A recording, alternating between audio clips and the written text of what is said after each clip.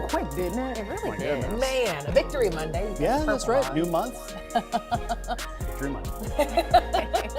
Well, I hope the weekend treated you both well. I hope the weekend treated you all well as well. Thank you so much for joining us for KARE 11 News at noon.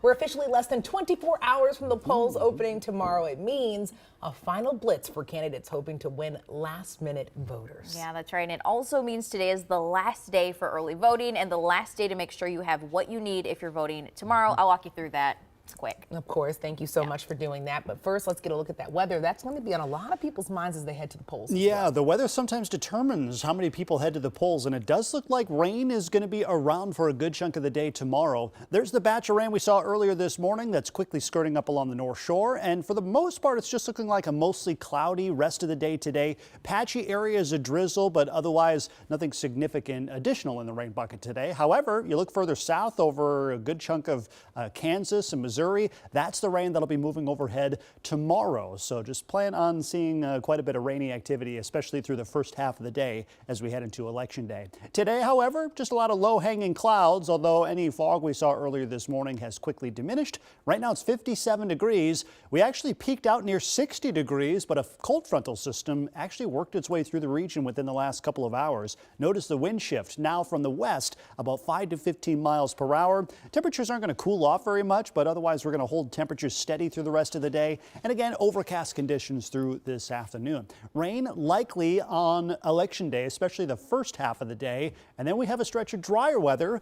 We'll talk about how long that lasts with your full forecast coming up. Alexis? Ben, thank you. You know, it is the final day of campaigning in the 2024 election, which has seen a lot of stops in the past few months. Today, both presidential candidates are holding rallies, including in Pennsylvania, where they are in a dead heat.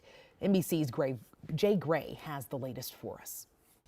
Well, just one day left of campaigning before Election Day, and much of the focus will be right here in Pennsylvania. We are in Doylestown, that's in Bucks County, one that is decidedly split between Republicans and Democrats, like so many across this state.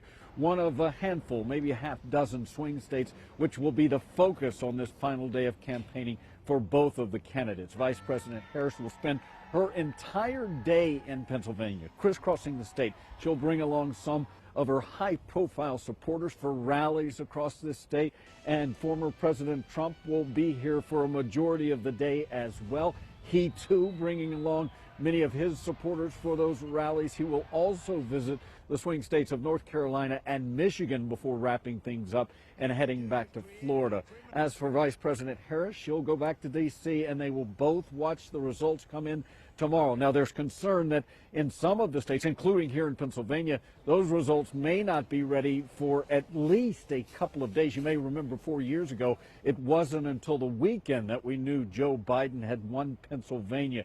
They do tell us, officials here in Pennsylvania, they believe they've got the process that has been stepped up. It will be a bit quicker at this point, maybe a day or so after the voting. They will know a winner here, and they will need to know because the last NBC News nationwide poll of voters shows it split right down the middle.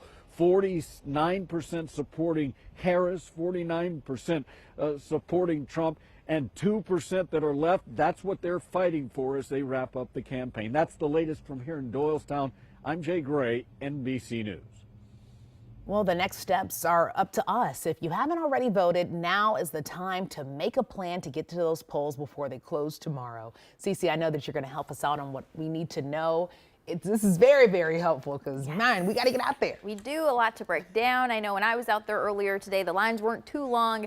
If you want to vote early today is the last day to do it. You have until 5 tonight. Voting early has been a popular option. Election officials saying so far in Minnesota, almost 1 million ballots have already been cast.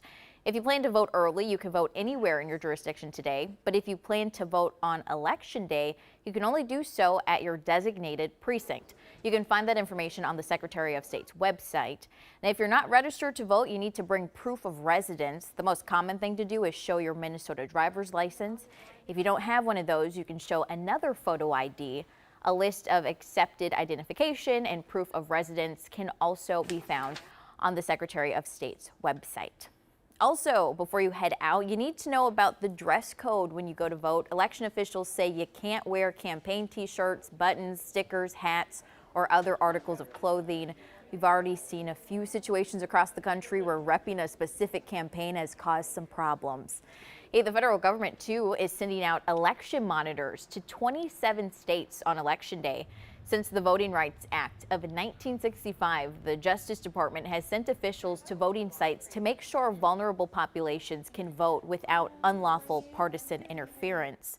The Department of Justice says those monitors will be in all of the battleground states and a mix of red and blue states, including in Wisconsin and Minnesota.